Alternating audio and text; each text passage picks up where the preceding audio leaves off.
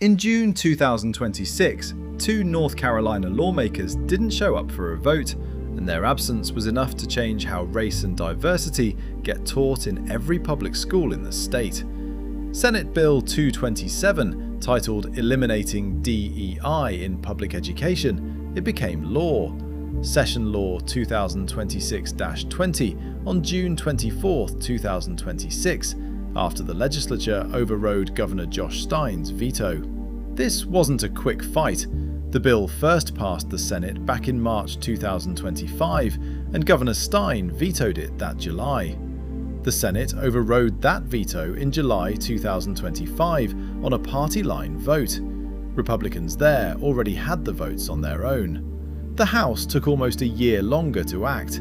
It finally voted to override on June 24, 2026, 71-47. Here's the twist. An override in the House technically needs 72 votes for a 2/3 majority. Republicans didn't have that many members.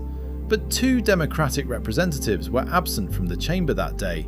Their absence was enough to let the override succeed at 71. It wasn't the only override that day either.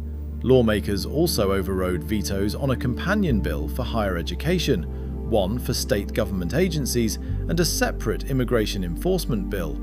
4 overrides in a single session. Republican leaders used a procedural rule limiting debate on each override to just one speaker per side, 3 minutes each. Democrats objected strongly to that limit, calling it a threat to the institutional dignity of the chamber. So what does the law actually do? At its core, it targets two things: DEI offices and what it calls divisive concepts. First, public school units in North Carolina can no longer maintain a DEI office, division, or staff position dedicated to DEI initiatives. Existing ones have to be dismantled. Second, the law bans instruction, training, or professional development that promotes any of 12 specifically defined divisive concepts. Those concepts include the idea that one race or sex is inherently superior to another. Also, that an individual is inherently racist, sexist, or oppressive simply because of their race or sex. Also, that someone should be treated differently or discriminated against solely because of their race or sex. Also, that meritocracy itself is inherently racist or sexist. And that the United States was founded for the purpose of oppressing a particular race or sex. Schools also can't compel students or staff to personally affirm any of these concepts.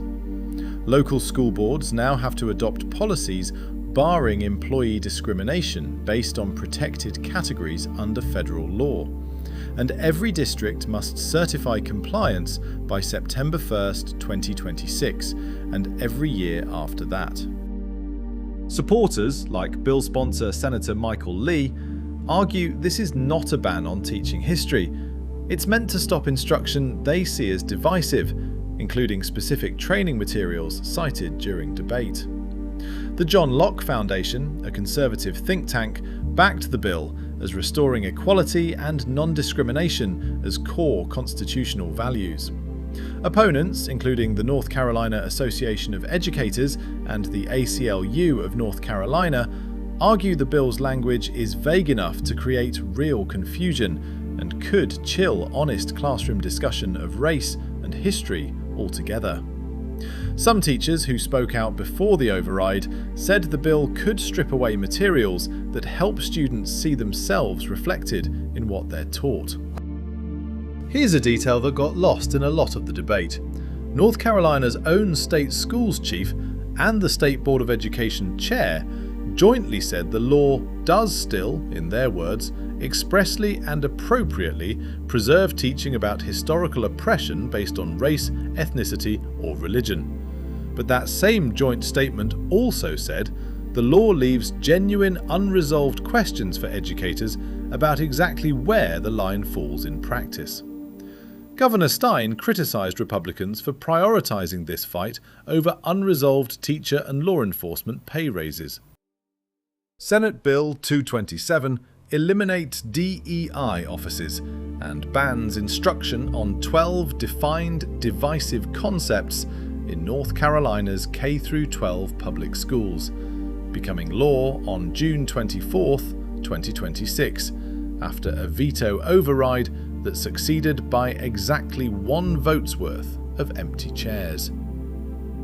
Where do you land on this one?